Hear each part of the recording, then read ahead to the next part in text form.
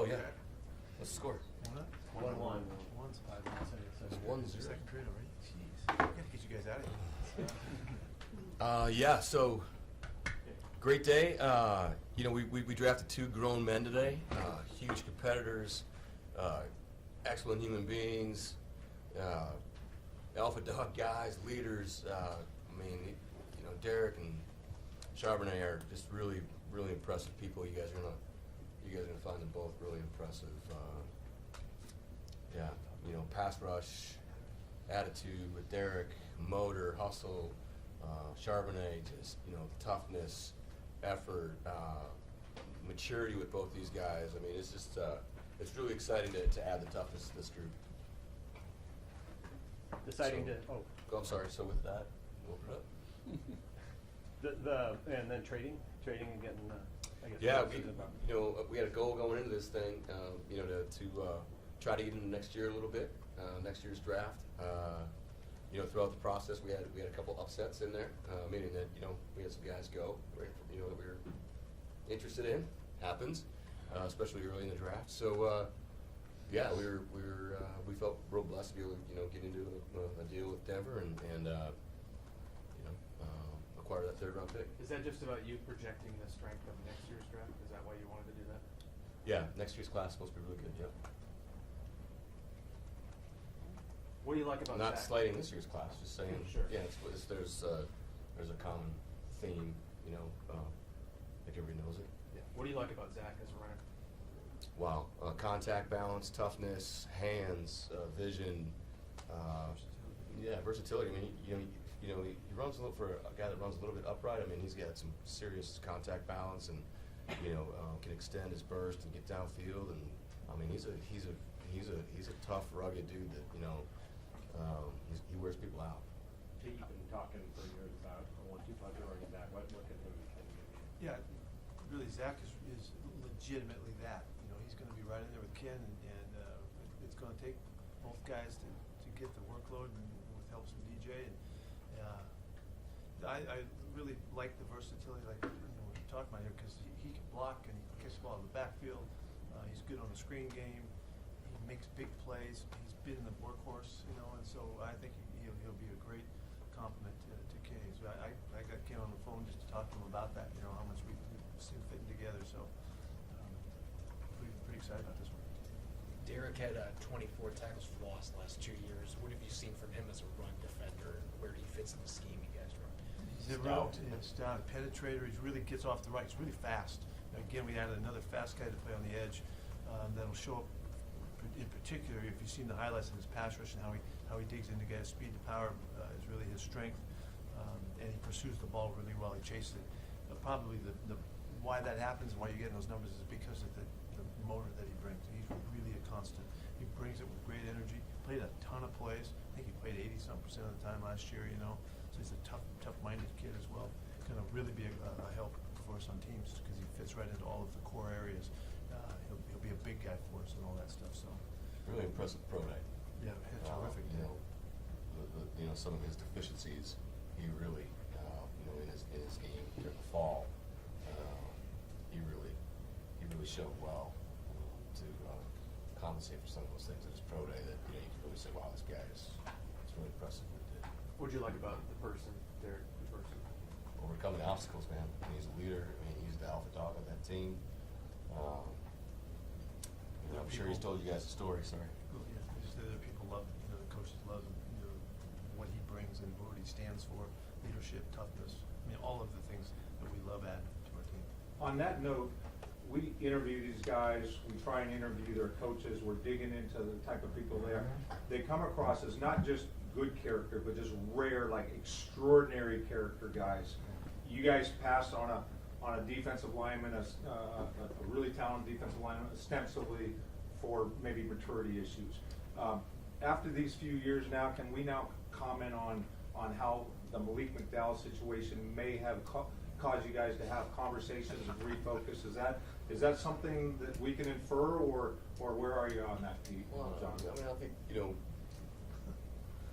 not mentioning names in particular, but every single draft you learn lessons about what works and doesn't work. And you know, I say draft, that's any acquisition, anybody we bring to this building. And look, you know, there's no secret, when we finished the season last year, we said we wanted to, you know, add some toughness and some juice to this football team, and we feel like we've really done that.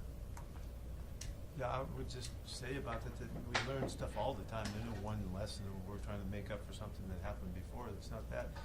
We really have, and I think you've seen us over the years, continue to dig to find the right people, the right guys that really stand for what we want them to stand for.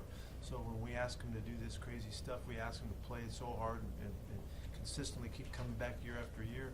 You got guys that it really mean something to them. I mean, our locker room right now, you guys have heard me talk about this team in particular last year, and the togetherness and the willingness to go the extra step and the extra, make the sacrifice for the guy next to him and all that. That's a big deal, and there's a very subjective kind of, you know, loose kind of area in there that you can close in on a team that can be a positive factor. That's the connectedness and the together that they feel and that bond. And when you have great people that really care and it really means something to them, and they got a freaking chip on their shoulder that they're going to prove who they are, you're going to get everything they got more so, and they're going to help a guy who might not be of that makeup as much, and that's how you build the team. And so I think really last year's class was a great indication of great people, man. These guys were really on it, and they're going to tap out in the next couple of years as really big time contributors. And I think you can see these four guys we just picked.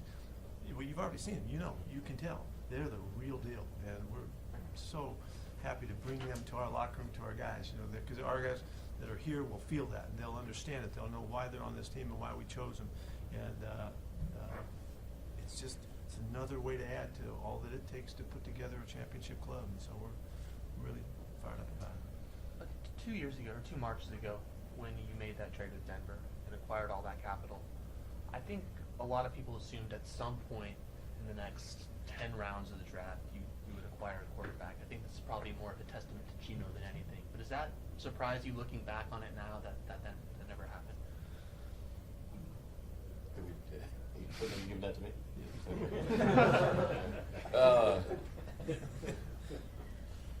Our goal every year is to draft a quarterback. It really has been, honestly, and it hasn't happened. You can't just force it, especially that position. It's the most unique position in the game, and so you know we feel like with Gino and Drew, we have 2 really good quarterbacks, right? There's still several good quarterbacks. We have 6 picks tomorrow. There's still several good quarterbacks available. If we're able to line somebody up and it works, great. But we're not gonna panic and push just to do it.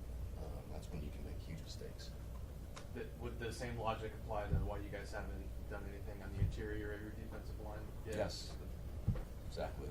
And like I said, we had some upsets today, and it happens, you know. So it's like, all right, now It's how not do we like we're not compensate? aware of it. Yeah, we're watching. We're looking. You know, we'd like to. Yeah, we've made an effort in free agency. You know, we were right out the chutes to go get a couple guys that we could really count on, and we're not done. You know, it's not done. None of it's done. And we just got a lot of work to do. We get 6 big shots tomorrow too, so we're still at it. John, you mentioned a couple times just some upsets, things have happened. Is this different at all this year, or is this just normal first few days of the draft? How things have fallen and taken place? No, this one is probably the most random that we've had so far in our 13 or 14 drafts since we've been here. You know, we've had guys come off a medical board already. We've had guys come off a free agent board already, and we're only in the 3rd round. So, yeah, it's pretty. This is very random. Bigger picture about the draft capital from the trade last year. Just when you look at those 8, 9 guys, like what have you acquired in terms of talent, culture fits, and flexibility? Wow. I mean, how much time we got running? I only asked a good question. Yeah. No, I mean, every player, you know, every aspect of that trade has specific value, and you know, being able to get Drew back was great. You know, we had a cap casualty call with Shelby, Noah's he had a solid Noah could do last year, and I think these guys are gonna perform real well, and they're gonna be pleased with their performance as well. It's had an impact on our program. There's no doubt. It was a big change for us, but it's really felt positive. So like we're getting stronger. Our the way we're looking to the future with this last draft, in elevating. We got a good feeling about what's going on, and we're excited about it. And then to come back, here it goes this draft. What do we do with it? Bang! 4 guys that are going to play for us, and they're going to be big factors on this team and help us, win a bunch of games. It feels good now. It feels like we're making progress, and we'll see how far we can stretch the impact of it all. John, we've seen some teams pick up some 5th-year options on 2020 guys. Where are you at with doing that with Jordan? Yeah, we have till May 2nd to make that decision, and we haven't made a decision yet. How's his recovery? Carrots? Carrots. Yes, it's the name of the brand. You didn't know that?